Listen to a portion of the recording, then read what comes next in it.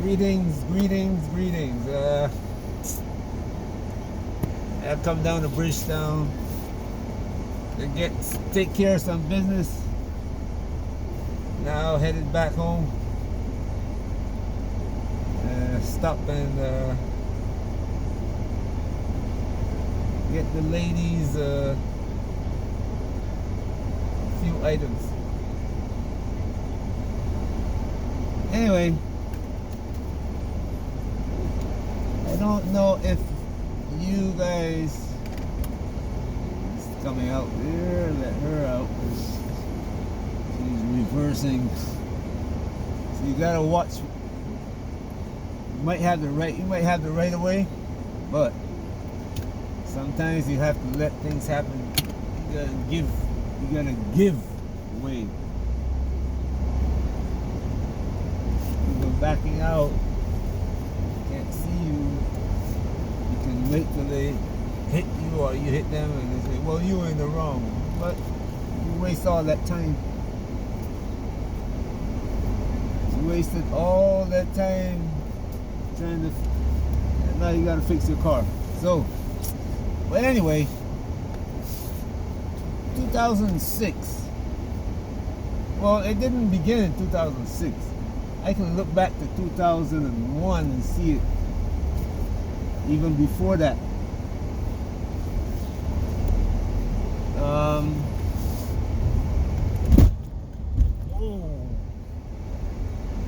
Holes in the road. I'm trying to watch the traffic. Rather not hit somebody and dropped into a hole. Barbados roads are, I couldn't imagine Barbados in the condition that it is in, that I'm seeing it in now. But wasting my time talking about what issues are, because anyway, 2000. Okay, let me go back to 1995. 1995, a lot of things started changing in the U.S.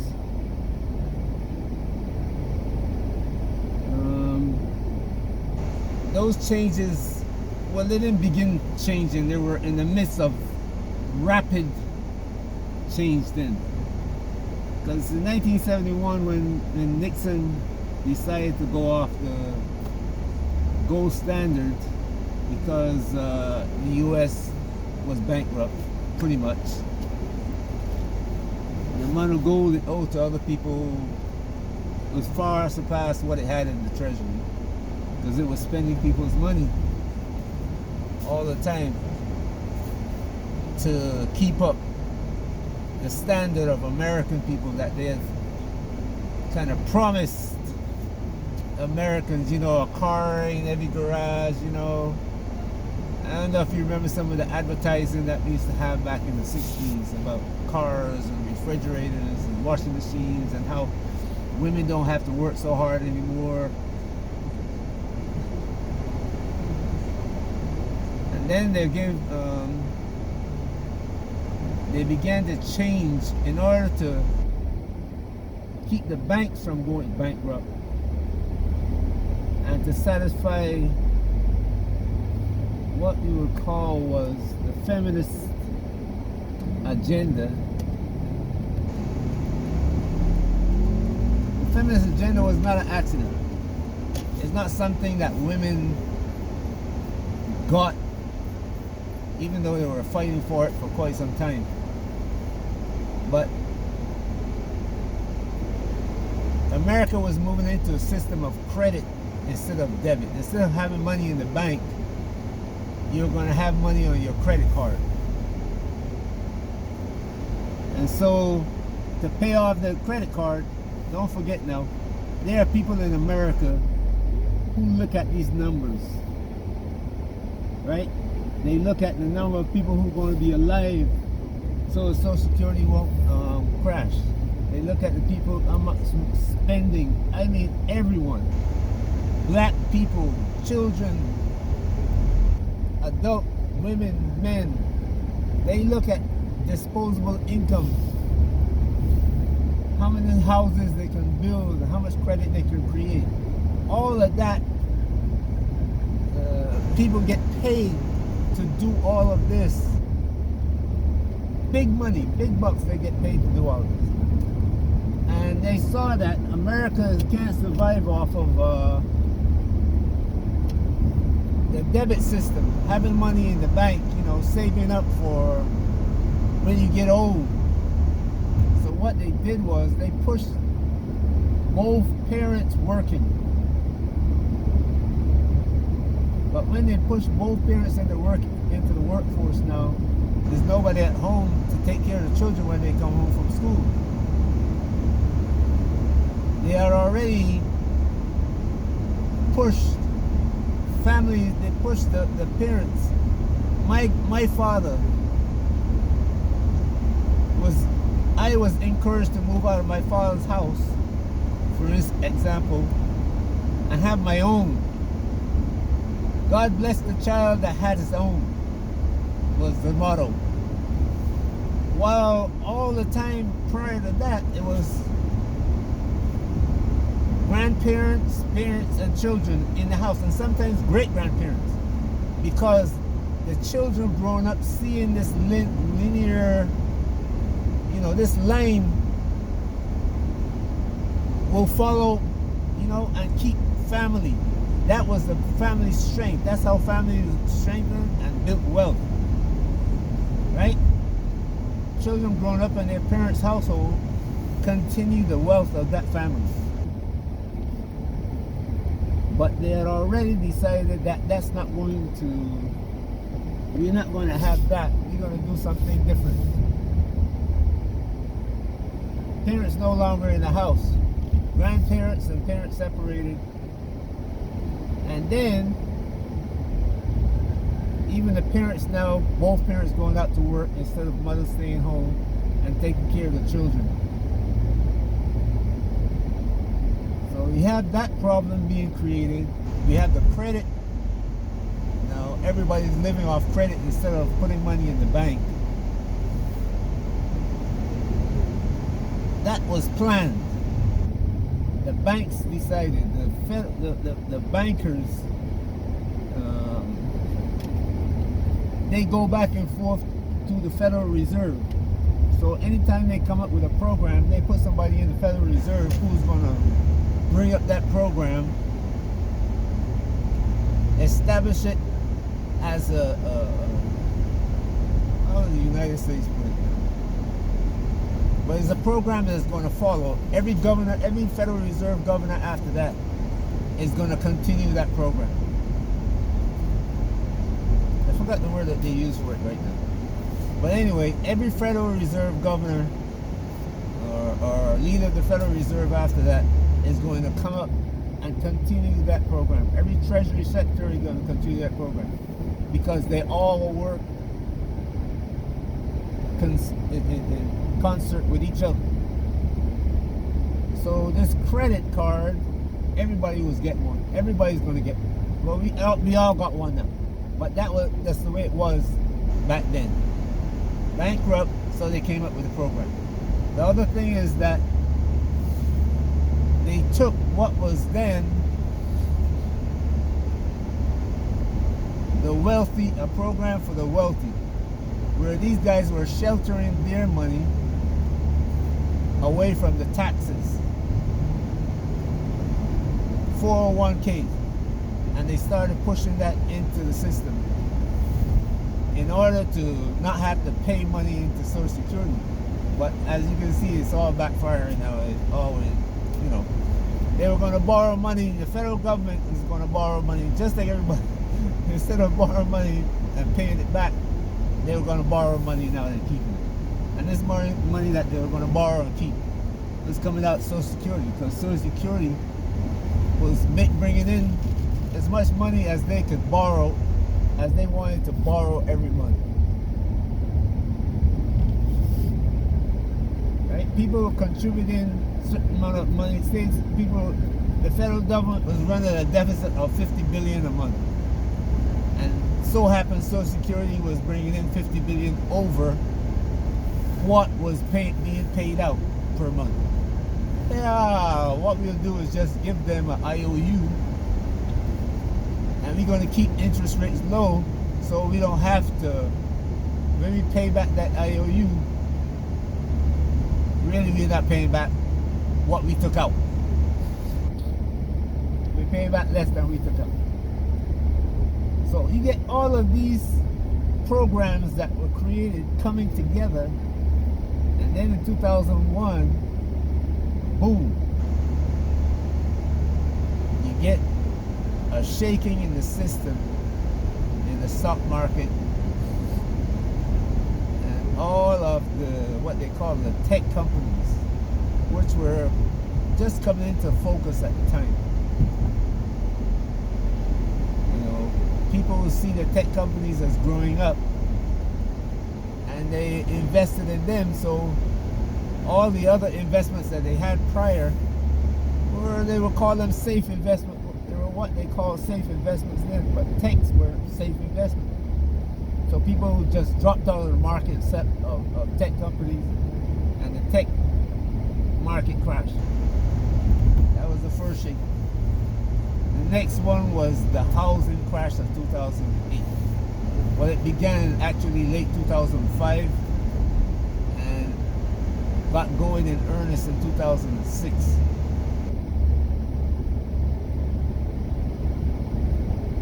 Now, what happened was China, seeing that what's happening, came into the market and saved the financial system of the United States.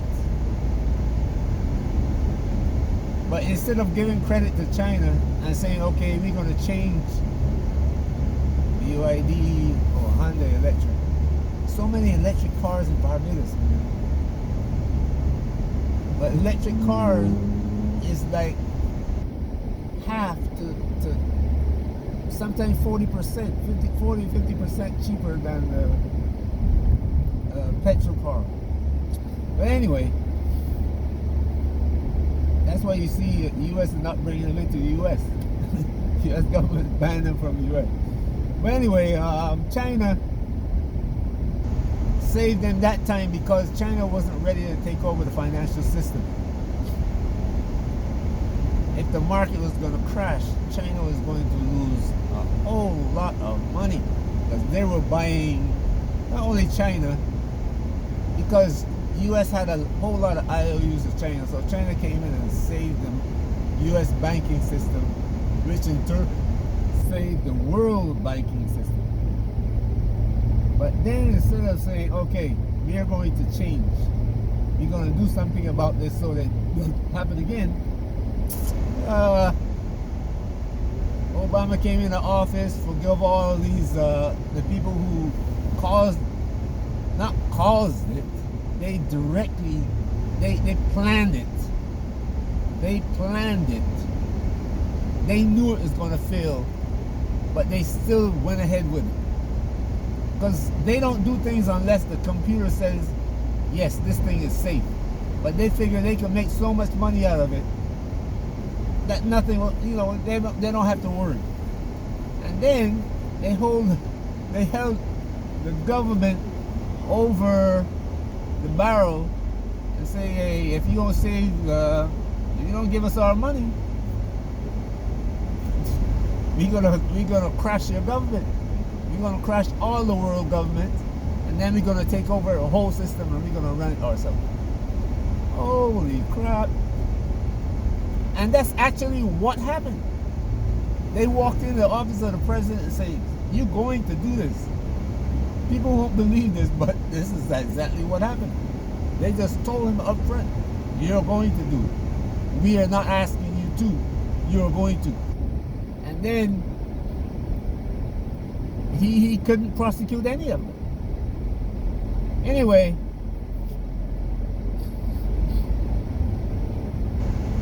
now China and Russia seeing this just sat back and say, hey, look, we can't let this thing fail. So the Chinese and the Russians got together. And China bailed out Russia because Russia at the time was coming out of the Soviet era.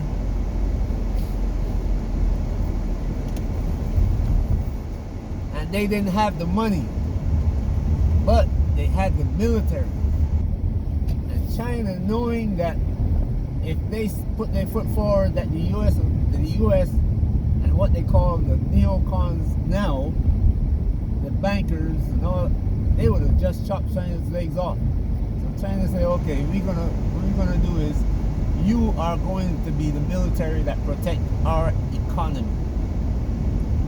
And that's how this thing that we have started, how the Russian connection and the Russian and Chinese connection came about.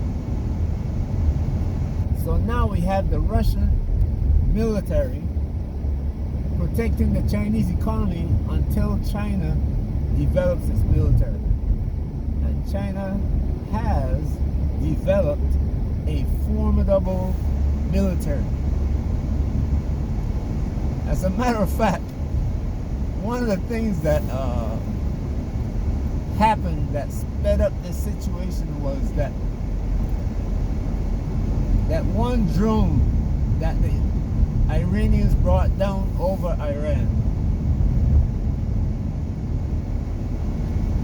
and took it apart. And then the Chinese got their hands on it, say, hey, we can build, and we can even build better than this. So they started building. They did mock-ups, they did. Everybody is saying that the Chinese stole the information about the F-35, the F-22 and all those. But you don't have to do that. You get the dimensions, and you can get the dimensions from a photo. Extrapolating out. You get the dimensions, you look at the engine intake, you already put all this into a supercomputer, and the supercomputer is going to give you the information about that. It's going to tell you how much, what kind of engine you need, how much compression that engine is going to need to produce, how much power you need, if you want to do subsonic or supersonic. It's going to tell you wherever you have to put those, the landing gear, even. So China did all that. They didn't have to steal it, though I think they did, get some information about it from somewhere, but they didn't have to steal it. And the other thing is, the good friends of the U.S., the Israelis, they sell U.S. technology information. If China, they will sell it to China. People might not want to believe that, but they do. Anyway, we're not talking about Israelis today. We're talking about what's going on in the situation. Right now, the Chinese are building ships. For every ship, say aircraft carrier, the United build for $9 billion, $10 billion, $15 billion. The Chinese can build 3 of those. Chinese will build one for $5 billion. Same or better technology. And the US now has stopped building them because they cost so much. They are not financing anymore. What they have in the market is that. The second reason why they're not building anymore is now the Houthis just showed up. The Houthis, the U.S., the Houthis were saying that we're going to shake up this thing with Israel. And the U.S. sent warships and the Houthis just dropped 2 missiles beside it, and the U.S. said, "Oh, we're out of here." Show how easy it is to hit one of those carriers.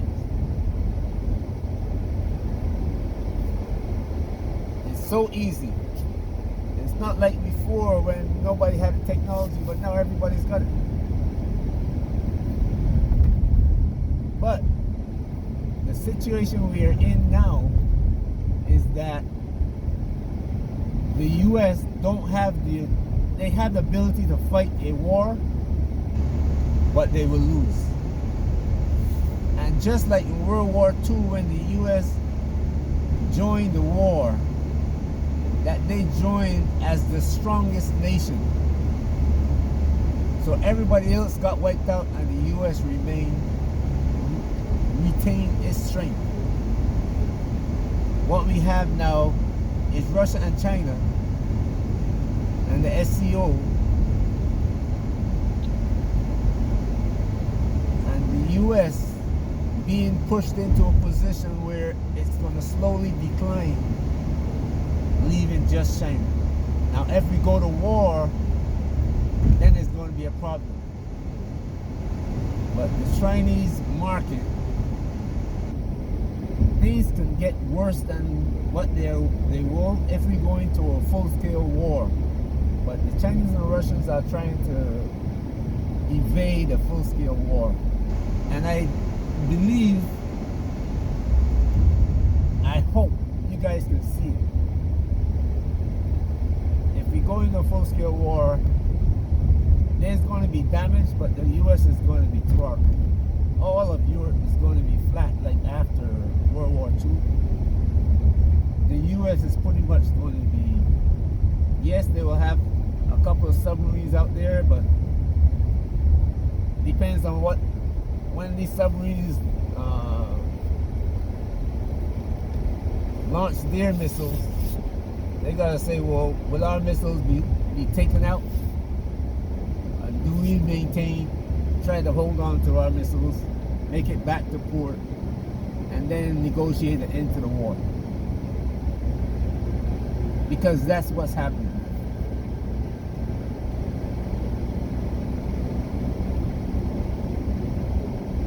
The systems that we have, everybody almost has surpassed it. Even Iran is caught up to us in the technology. They don't build airplanes, they're not building aircraft carriers and fast attack submarines.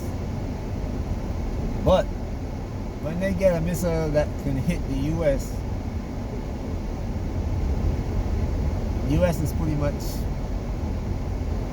on par with Iran, and Russia and China are ahead of the US. But we are moved into a situation of pre-World War II.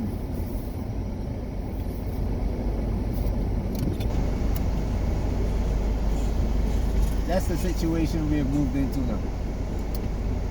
Just before World War II, you got the Nazis, and well, they're even past the Nazis.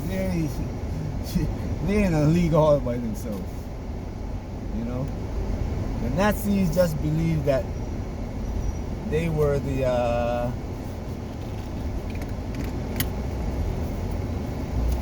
strong people, you know. And what does the Zionists say? God chose us. Same thing as the Nazis now. Just remember that. We are the chosen people. Didn't the Nazis say that? Where do you think the Nazis got it from? From the same people. From the Zionists. The Zionists created the Nazis and Adolf. If you read all the writings, you will see that they did. And he said himself that he's building like America, you know. Anyway, we are in a position of on the brink of war, but being held back by Russia and China. The other thing is that the economy that we created, that I was talking about the credit, living on credit instead of the debit, having money in the bank.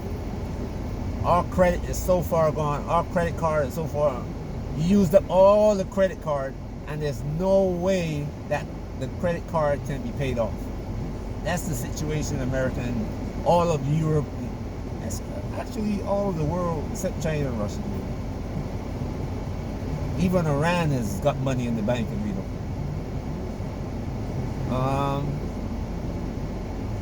You see all the new cars that they drive around Barbados, all credit.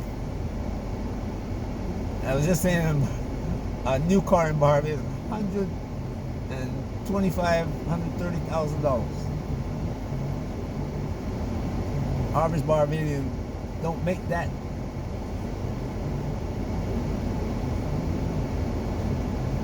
Might be making $25,000 a year.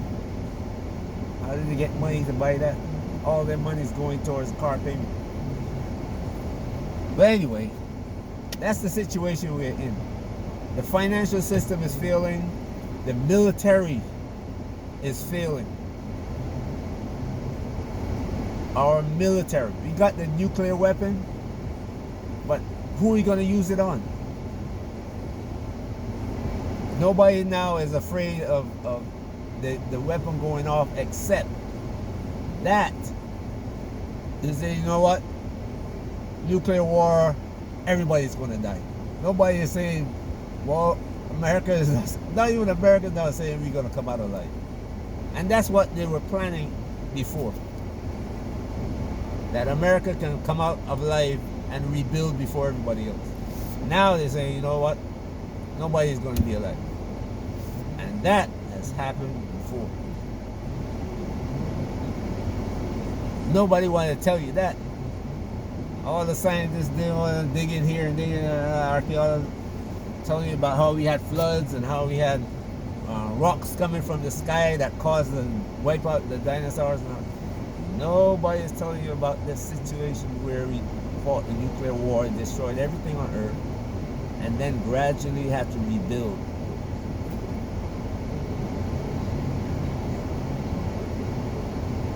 But anyway, we're in a situation where everybody is just waiting for the U.S. to become so docile and so, how would you put it?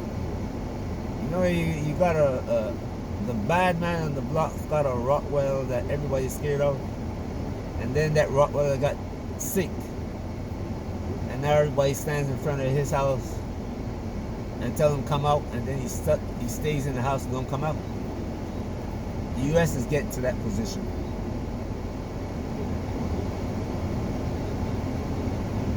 People are standing outside and say, come on out, you're talking tough, come on out, let's deal with this situation. And nobody's coming. When we get to that position,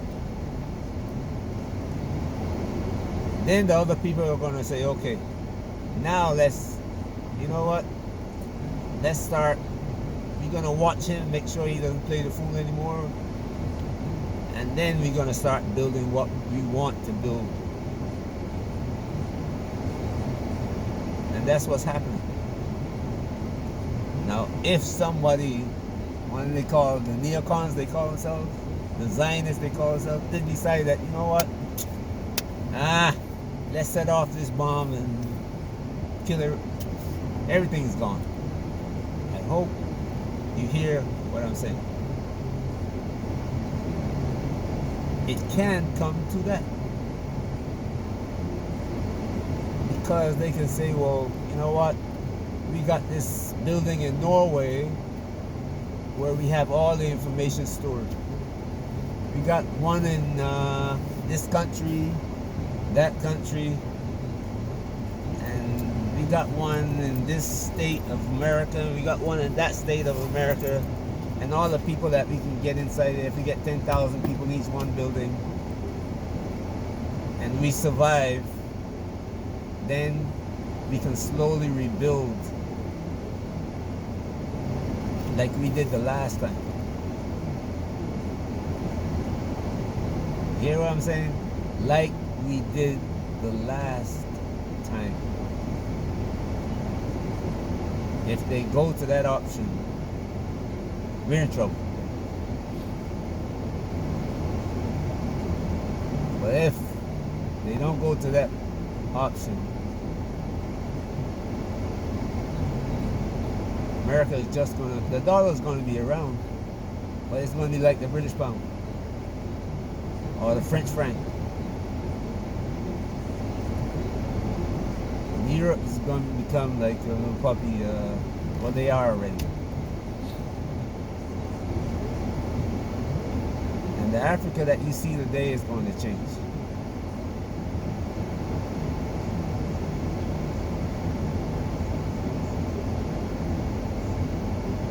One thing Africa have to do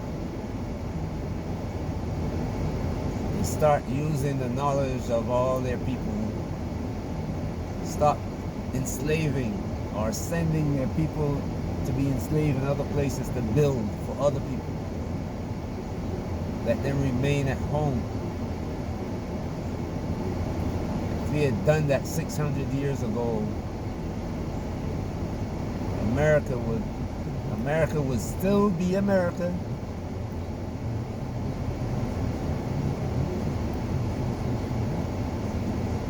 Africa would be at the table dictating how things are run. Because the men that the men that the African leaders shipped out to America were the brains and the bronze, the people who can change the planet. And they did.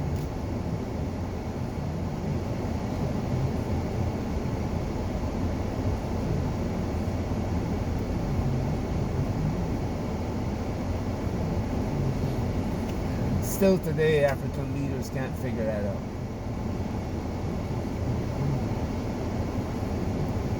Peace.